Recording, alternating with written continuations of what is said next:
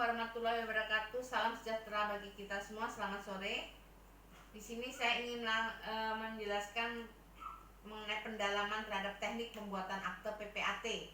Nah, di sini saya menyampaikan teknik pembuatan akte PPAT ini versi Perkaban nomor 8 tahun 2012 ya. Kenapa? Supaya kepada saudara lebih mengerti. Versi Perkaban nomor 8 tahun 2012 seperti ini. Jangan yang langsung jadi. Anda belajarnya tidak bisa langsung jadi versi PPAT yang sudah selesai, dimana mungkin kalau Anda mendalami memang dari versi Perkaban nomor 8 tahun 2012, Anda mungkin lebih mengerti ya. Kenapa ini diketik, kenapa ini tidak dimasukkan ya. Akte pemberian hak tanggungan APHT yang akan saya bahas di sini, dimana dalam soal saya yang lalu saya memberikan soal dimana PT A mendapatkan fasilitas kredit dari Bank X. Semula PT A itu mengajukan fasilitas kredit sebesar 15 miliar kepada Bank X. Namun yang disetujui oleh Bank X hanya 10 miliar. Itu jenis kreditnya adalah kredit modal kerja revolving. Ya, jadi PT A mengajukan kepada Bank X kredit sebesar 15 miliar, tetapi PT A hanya disetujui sebesar 10 miliar. Itu kredit modal kerja revolving. Ternyata PT A ini ya telah menikmati fasilitas kredit sebelumnya dari Bank X, yaitu kredit modal kerja yang sifatnya transaksional. Jadi sebelum dia mengajukan revolving, ternyata PT A ini sudah menikmati fasilitas kredit dari Bank X, yaitu ungkapi kredit modal kerja transaksional. Kalau yang diajukan baru ini adalah kredit modal kerja revolving. Mungkin usahanya bagus sehingga Bank X memberikan persetujuan untuk menambah fasilitas lagi ya. Itu dimungkinkan. Satu debitur menikmati beberapa fasilitas dari Bank X.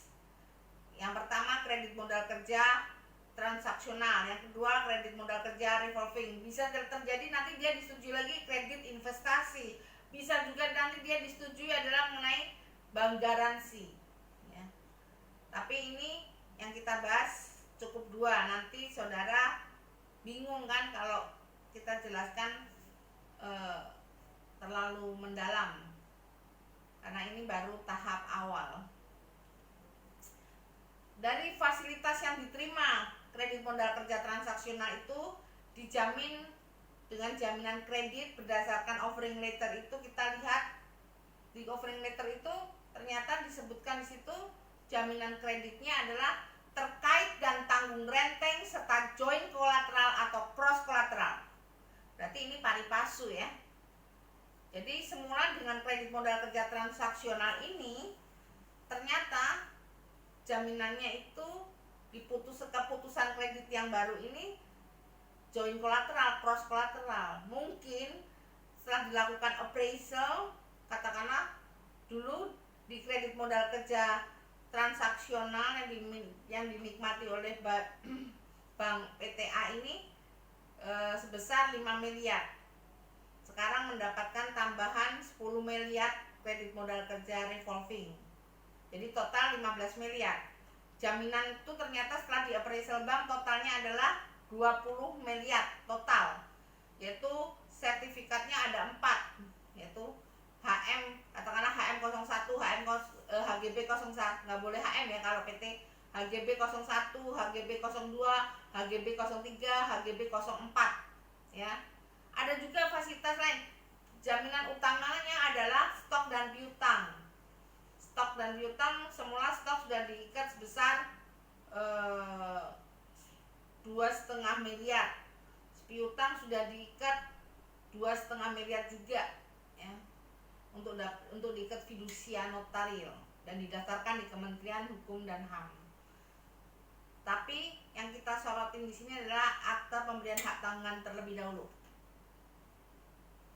Dari HGB 01, HGB 02, HGB 03, HGB 04 yang mungkin tidak perlu saya uraikan, Anda mungkin nanti akan diuraikan di dalam akte saudara. Dari pihak bank itu kan semula diikatnya jadi satu. Hak tanggungan peringkat pertama 5 miliar itu terhadap 4 sertifikat tanah tersebut. Itu diikat jadi satu. Nilainya tidak keluar masing-masing. Nah, di sini kita harus tahu kalau nilainya tidak keluar masing-masing, nanti penerapan di akte pemberian hak tanggungan ini akan saya sampaikan. Kemudian dengan adanya pemberian fasilitas baru kredit modal kerja revolving ya, maka terhadap PTA ini akan dibebani sertifikat-sertifikat tersebut ya sebesar, jadi akan ditingkatkan peringkat kedua sebesar 10 miliar. Sertifikat tersebut atas nama Devi ya. Sertifikat tersebut atas nama Devi. Nah, dari hal ini berarti kita jelas ya, hak tanggungan peringkat pertama itu sebesar 5 miliar yang akan ditingkatkan menjadi hak tanggungan peringkat kedua sebesar 10 miliar. Jaminan atas nama Devi, yang utang adalah PTA kepada Bank X. Jadi saya ingin sampaikan, siapakah pemberi hak tanggungan di dalam akte APHT tersebut? Apakah PTA ataukah Devi? Jadi rumusnya adalah pemberi hak tanggungan belum tentu debitor. Debitor belum tentu pemberi hak tanggungan, tetapi debitor bisa sama dengan pemberi hak tanggungan. Itu nanti hati-hati ya, kuncinya itu kalau nggak di halaman 3 akte APHT ya. Jadi rumusnya sekali lagi, pemberi hak tanggungan belum tentu debitor, debitor belum tentu pemberi hak tanggungan, tetapi debitor bisa sama dengan pemberi hak tanggungan. Jadi di sini pemberi hak tanggungannya adalah Devi. Ya. Jadi APHT dan seterusnya kita masuk ke komparisi ya. Saudara harus betul-betul mempunyai catatan. Oh, ini kalau suami istri masih hidup. Oh, ini kalau pemilik sertifikat masih hidup tapi suaminya meninggal, komparisinya bagaimana? Oh, ini komparisi kalau PT bagaimana?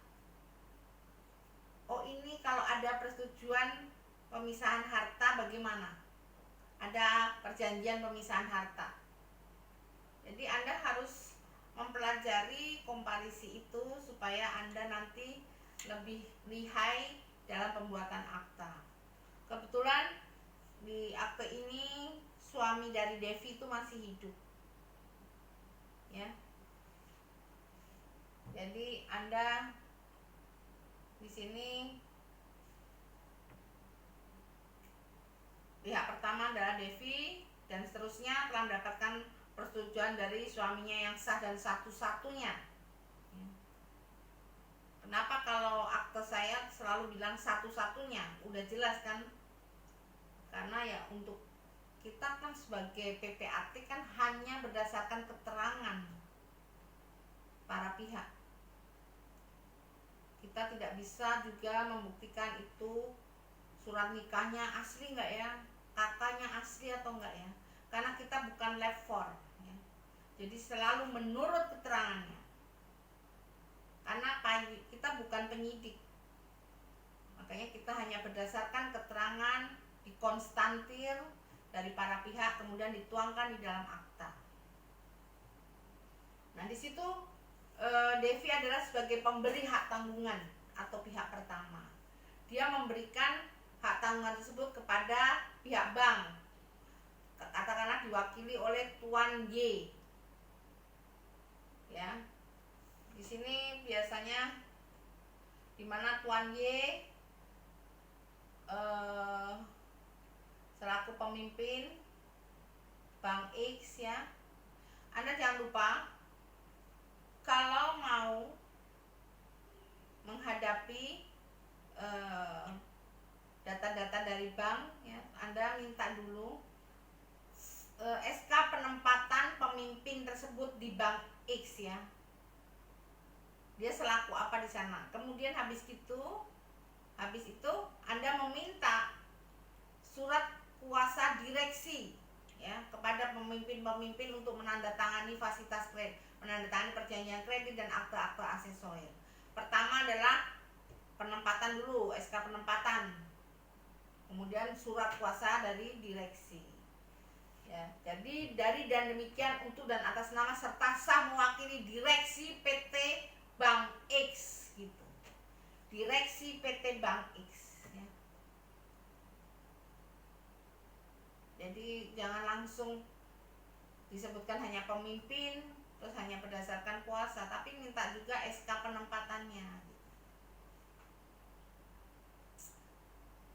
Di situ selaku penerima hak tanggungan pihak bank tersebut, selaku penerima hak tanggungan. Jadi setelah itu kemudian para penghadap dikenal oleh saya pejabat pembuat akte tanah. Kemudian para pihak menerangkan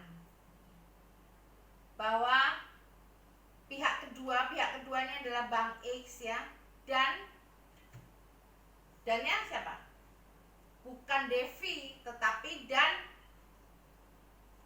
PT apa? PT A. Ya. Di situ Anda harus menyebutkan, jangan PT A tersebut di atas. Kan tidak pernah disebut PT A tersebut di atas. Yang di atas itu adalah Devi. Kebetulan ini pemberi hak tanggungan berbeda dengan debitor. Nah, di sini Anda kalau bisa diuraikan, ini wajib diuraikan ya.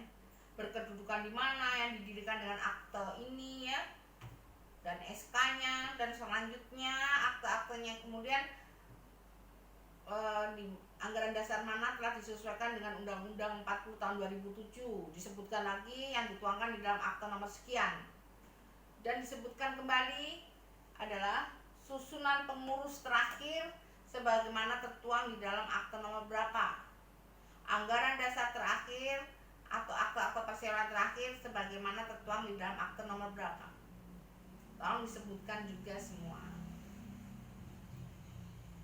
karena kita biar tahu bahwa PT A ini anggaran dasarnya jelas, karena menganut asas spesialitas di dalam Undang-Undang Hak Tanggungan, jadi harus jelas, terinci ya. Kemudian di sini telah dibuat dan ditandatangani perjanjian. Nah, dari kasus yang kita hadapi ini, perjanjian yang mana? Tentunya perjanjiannya yang nomor 1 adalah perjanjian kredit modal kerja transaksional. Itu dilihat, Anda harus meminta kepada pihak bank perjanjian yang dari awal sampai dengan yang terakhir. Itu harus diminta. Tidak ada kata rahasia, karena kita notaris ini pembuat alat bukti. Kita harus jelas.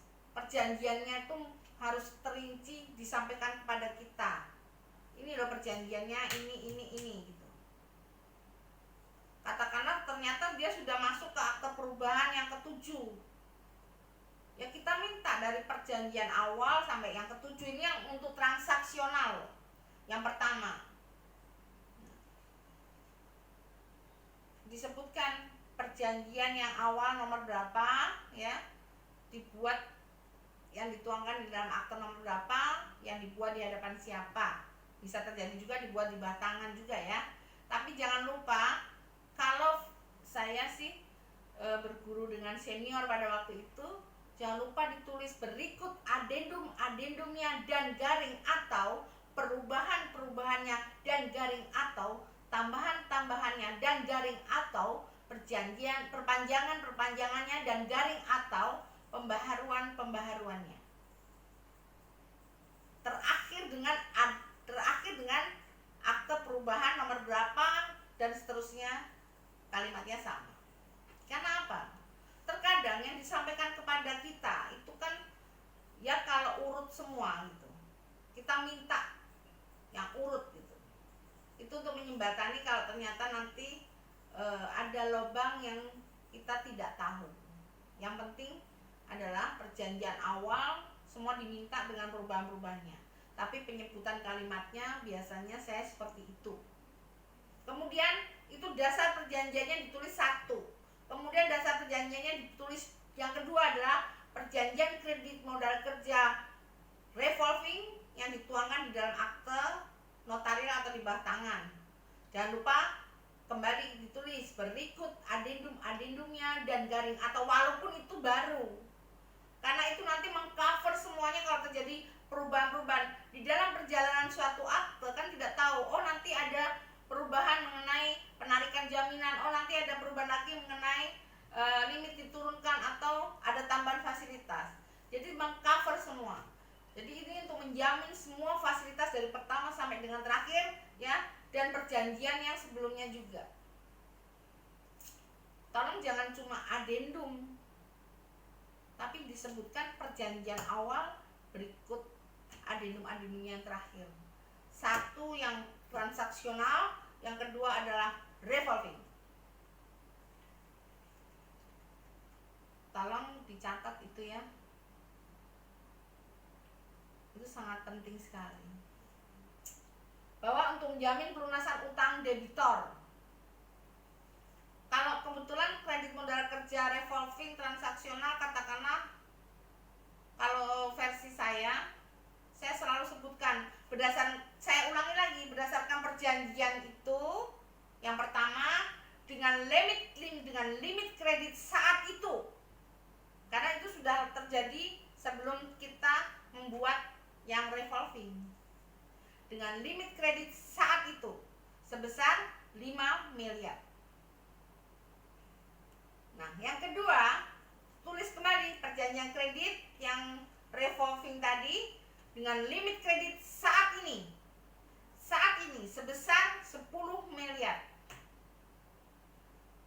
Kalau yang sudah lampau saat itu, kalau yang terjadi kita belum tentu yang pertama itu melalui kita notarisnya, PPAT-nya. Tetapi yang kedua ini melalui kita, makanya kita sebut limit kredit saat ini. Kalau yang sudah lampau ya saat itu dengan limit kreditnya 5 miliar. Tapi hati-hati ya, jangan Anda jumlah, karena Anda harus tahu.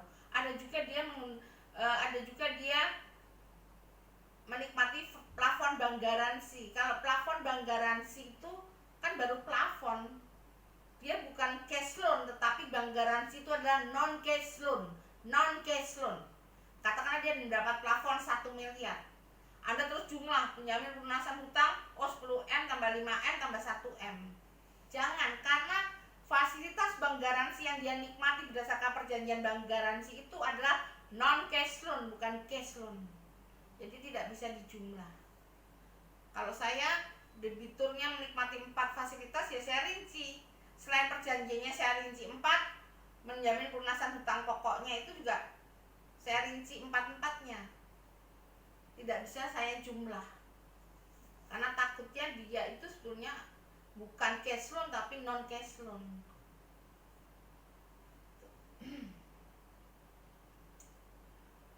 Nah, ditulis sampai jumlah nilai hak tanggungan. Biasanya ini saya renvoy karena hak tanggungan peringkat keberapa ya. Karena di Perkaba nomor 8 tahun 2012 itu tidak disebutkan peringkatnya. Tapi saya renvoy untuk menambah tulisan peringkat keberapa. Atau langsung kita ketik aja di situ dengan nilai hak tanggungan peringkat keberapa sebesar sekian. Jangan lupa ya, kalau Anda tidak menulis peringkat nanti membingungkan. Itu pun nanti pihak BPN menulisnya peringkat keberapa juga tidak terinformasi dengan benar. Jadi perkaban pun Anda lihat, oh ini kira-kira kurang pas, oh harusnya ada peringkat, Anda tulis peringkat di situ. Jangan lupa juga untuk teknik pembuatan akte PPAT versi yang APHT ini diparap di bawah itu diparap ya, di bawah nama kita itu kan ada garis, terus nama kita kan, akta pemberian hak tanggungan, terus nama, diparap berarti diparap oleh para pihak. Jadi PPAT 1 saksinya sudah 2, 3. Terus tadi Devi dengan suaminya berarti kan 5.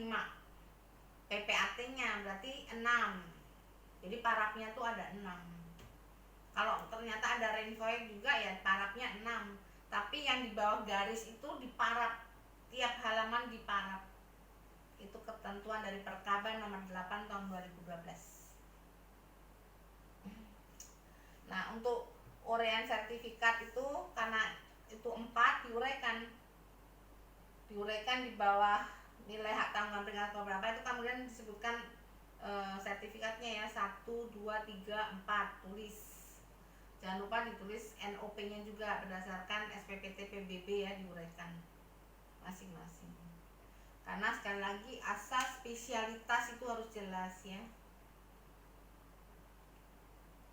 Dan seterusnya yang paling penting di sini penulisan di pasal 2.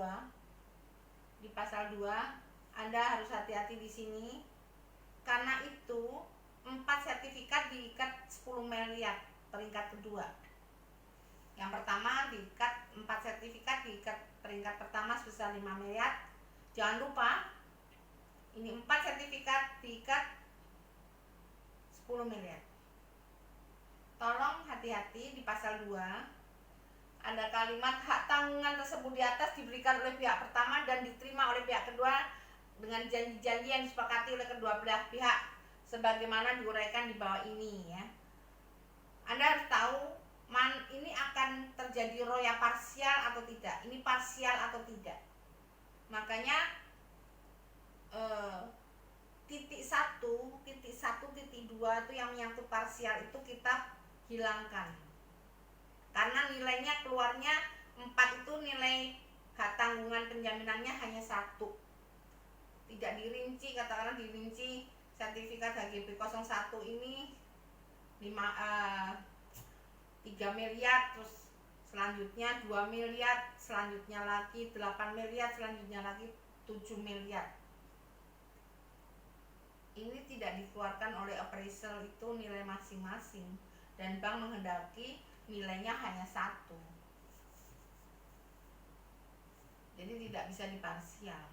Karena kalau Anda dibiarkan terbuka, yang ditakutkan dia bisa menarik jaminan, padahal sebetulnya tidak boleh ditarik jaminan tersebut karena itu nilainya dikeluarkannya cuma 1.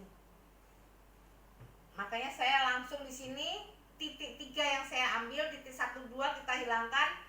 Pihak pertama tidak akan menyewakan kepada pihak lain objek hak tanggungan tanpa persetujuan tertulis terlebih dahulu dari pihak kedua, termasuk menentukan atau mengubah jangka waktu dan seterusnya. Jadi langsung pihak pertama tidak akan menyewakan ya. Yang titik 1, titik 2 itu saya tidak masukkan. Saya langsung pihak kedua tidak akan menyewakan.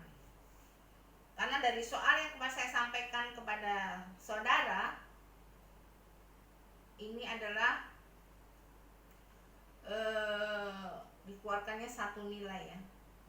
Yang peringkat pertama itu juga 1 nilai. Sertifikat yang 4 dikeluarkannya 5 miliar. Nilai hak tanggungan peringkat pertama sebesar 5 miliar. Ini peringkat kedua 10 miliar. Jelas ya. Sekali lagi kenapa saya menyebutkan perjanjian kreditnya dua-duanya, karena kan jelas di offering letter kan jelas perjanjian terkait dan tanggung renteng serta joint collateral atau cross collateral. Artinya beberapa jaminan itu untuk kepentingan fasilitas kredit yang dua-duanya itu, yang transaksional dan revolving, kredit modal kerja. Seterusnya.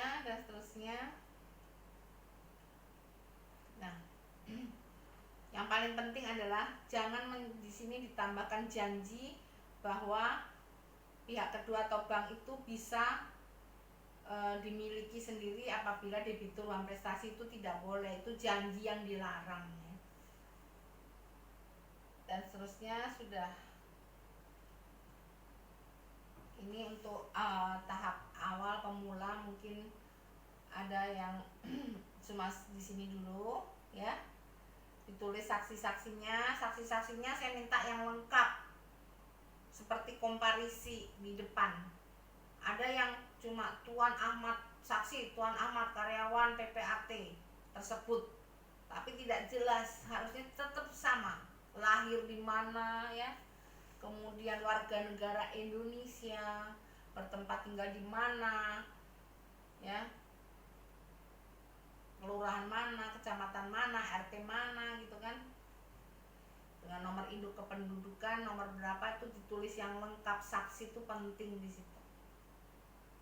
Keduanya, pegawai kantor saya pejabat pembuat akte tanah. Jangan lupa tiap halaman itu diparaf ya, sampai kita masuk ke halaman penandatanganan pihak pertama. Pihak pertama siapa? Yang tanda tangan adalah Devi ya. Terus di bawahnya persetujuan suami, tanda tangan juga, nama terang tulis. Kalau perlu tulis tangan, nama terang. Walaupun mungkin sudah diketik, karena sekarang ini banyak sekali kita tidak tahu juga ya, ada oknum yang tanda tangannya agak mirip, tidak dimiripkan juga ada. Itu berbahaya sekali. Makanya gerakan tulisan nama tangan itu menurut saya itu penting. Dia bisa bilang itu bukan tanda tangan saya, tetapi gerakan dia menulis nama itu sudah jelas. Kemudian pihak kedua adalah pihak bank ya. Terus saksi-saksi, kemudian pejabat pembuat akte tanah. Dari sini saudara sudah mengerti ya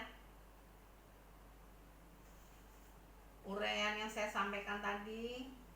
Tolong, ini adalah akte pemberian hak tanggungan dengan versi 2 fasilitas kredit, 2 perjanjian kredit. Sementara itu dulu yang saya sampaikan, nanti akan saya lanjutkan kembali. Terima kasih, mohon dipelajari dengan seksama ya. Sekali lagi terima kasih. Wassalamualaikum warahmatullahi wabarakatuh. Salam sejahtera bagi kita semua. Selamat malam.